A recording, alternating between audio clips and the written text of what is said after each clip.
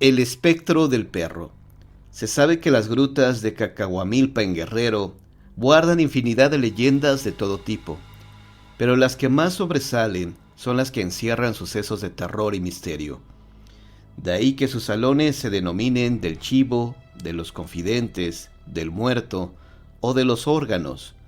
Diversas ilusiones ópticas provocadas por la combinación de la luz del sol y la neblina que emerge de las grutas que han originado historias de fantasmas y aparecidos. Aquí, una de ellas. Cuenta la leyenda que muchos exploradores que se han adentrado en las grutas han quedado atrapados en sus entrañas, debido a lo atrevido que suele ser su comportamiento, o bien a los intereses personales que los llevan a investigar el lugar.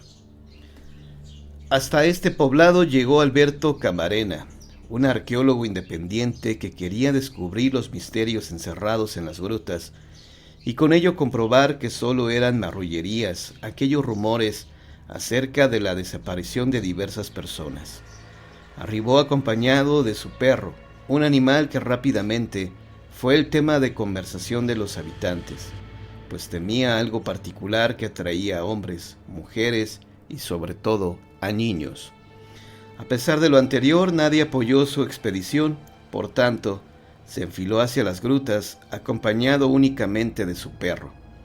Él llevaba agua, alimentos enlatados y algunos aditamentos médicos en caso de accidentes. Llegó de noche a la entrada de las cavernas, pues de día le sería imposible entrar debido a que los encargados de cuidar las grutas se lo impedirían. Rápidamente se adentró hasta perder de vista la entrada. Conforme avanzaba, se detenía a trazar algunos mapas para no perderse y así encontrar su ubicación. Además, le servirían para sustentar sus descubrimientos. Parecía muy convencido de que su expedición daría grandes resultados y lo lanzarían a la fama, colocándolo como uno de los arqueólogos de mayor prestigio en el mundo.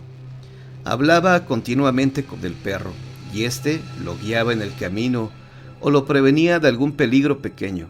Sin embargo, no pudo protegerlo de un desprendimiento de rocas que lo lastimó fuertemente. Creyendo que su herida no era de gravedad, continuó su investigación, pues estaba empeñado en convertirse en un personaje famoso. A pesar del dolor que sentía en la pierna, mientras tanto el perro se mantenía a su lado, pero ya no movía la cola como antes, ni jadeaba. Parecía enfermo, ya que también había perdido el apetito. Pasaron 2 días tal vez y la herida de Alberto empeoró. Los medicamentos que aplicó para sanarla no fueron suficientes, ya que dicha lesión era más grave de lo que parecía. Aunado a ello, se le terminaron las raciones de alimento, lo que complicó más su recuperación. Fiebres y delirios aquejaron al pobre hombre que había quedado a merced de las grutas. El perro se mantenía a su lado, lamiéndole el rostro, a pesar de que tampoco había ingerido alimento alguno. No se sabe cuánto tiempo transcurrió, pero finalmente Alberto no soportó más y murió. El perro, sentado a su lado, esperó a que su amo diera el último suspiro para arrastrarlo hasta una de las orillas de los salones, y extrañamente lo cubrió con piedras que acarreó con su hocico. Parecía darle sepultura. Cuando lo enterró por completo, se sentó nuevamente a observar la tumba, y luego de unos minutos se apartó del lugar. Tenía que buscar ayuda. La gente se sorprendió muchísimo al ver al animal sin su amo. Ante esta situación formaron una brigada de rescate, ya que supusieron que algo malo le había ocurrido al hombre. El perro guió la cuadrilla hasta la orilla de una de las cavernas donde había sepultado a Alberto. Los hombres se apresuraron a quitar las piedras que el animal había colocado sobre el cuerpo de su amo. Muy sorprendidos y asustados se quedaron, cuando descubrieron que junto al cuerpo del explorador estaba también el cadáver del perro. Confundidos buscaron a la mascota que los había guiado y no encontraron rastros de él, por lo que pensaron que era el espectro del propio perro quien les había avisado de la muerte de Alberto. Aterrados salieron corriendo del lugar, sin llevar consigo los cadáveres del desafortunado arqueólogo y su perro fiel. Cuenta la leyenda que por este motivo, Aún puede apreciarse el montículo donde yacen los restos de ambos. Hay quien asegura haber visto en diferentes salones la silueta de un hombre acompañado de un perro.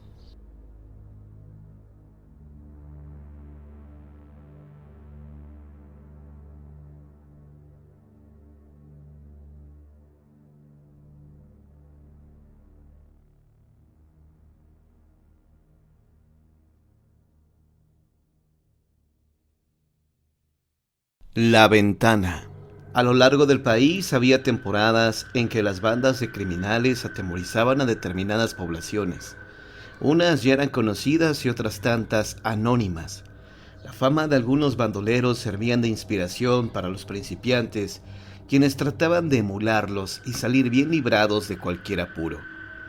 Este era el caso de Ernesto, quien pretendía ser como Agapito Treviño o Chucho el Roto.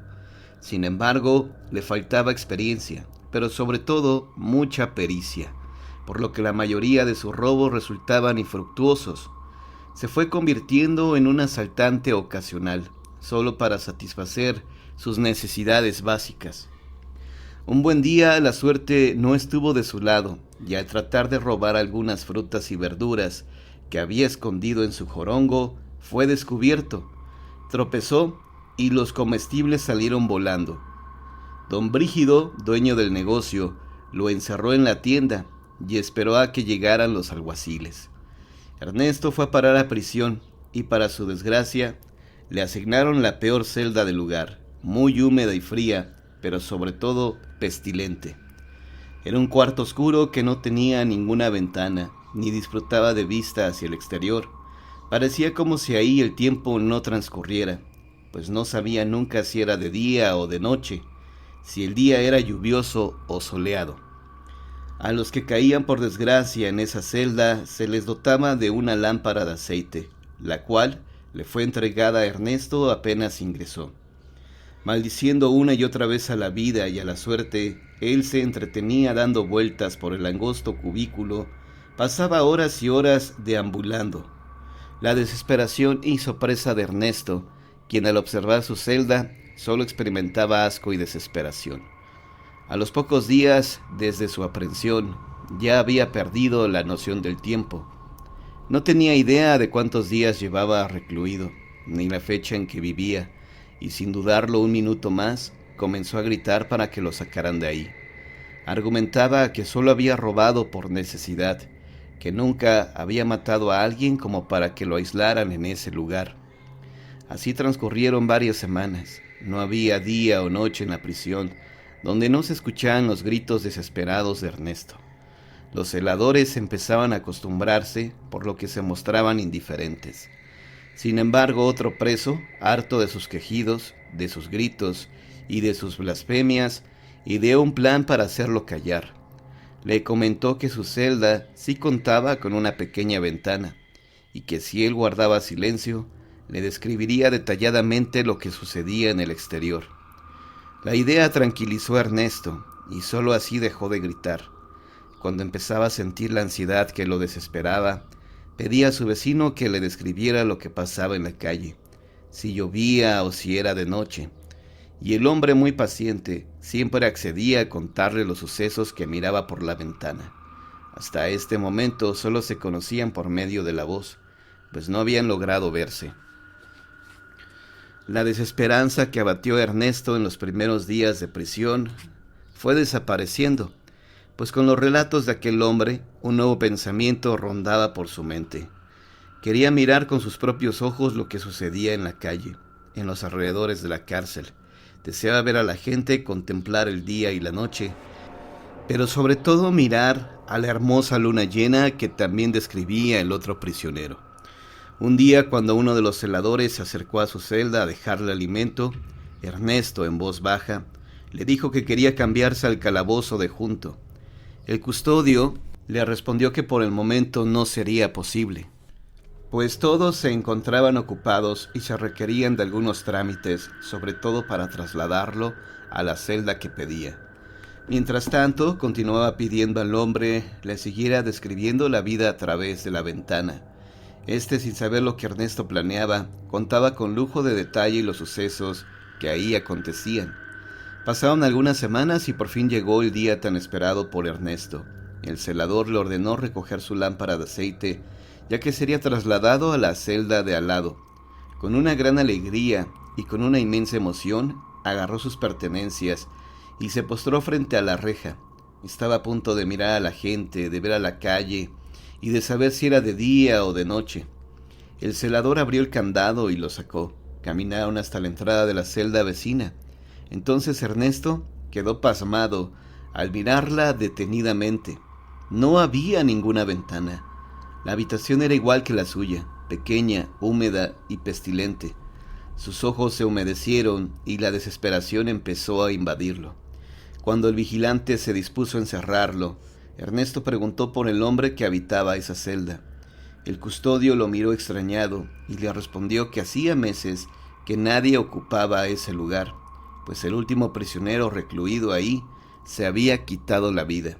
Entonces le explicó: «Es por ello que no te trasladamos cuando lo pediste, porque como un reo murió aquí, la ley dice que se debe dejar pasar algún tiempo para ocupar esta celda». Con el rostro totalmente desencajado, Ernesto se rehusaba a quedarse en su nueva celda.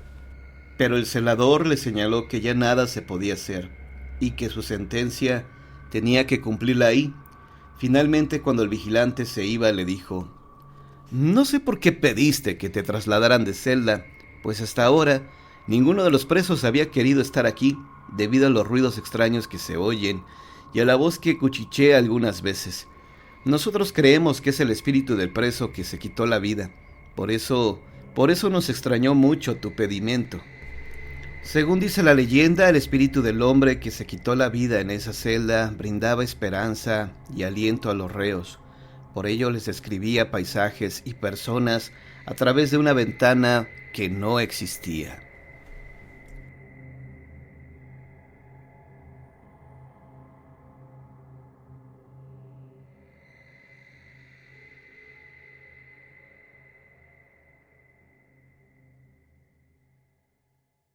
Los frailes. Cuando los españoles arribaron a tierras indígenas, se apropiaron de todo lo que se encontraban a su paso: plumas preciosas, joyas, granos, animales y hasta mujeres.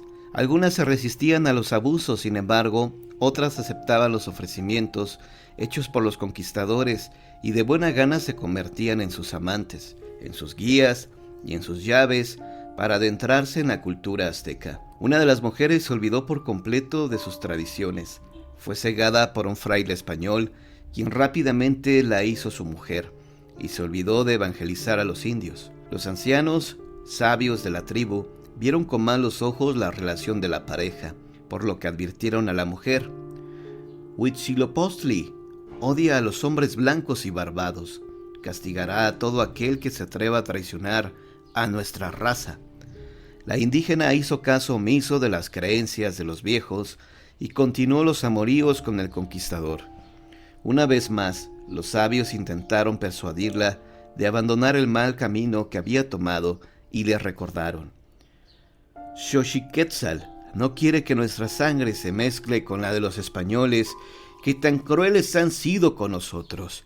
Debes saber que enfermará a nuestros hermanos profanos».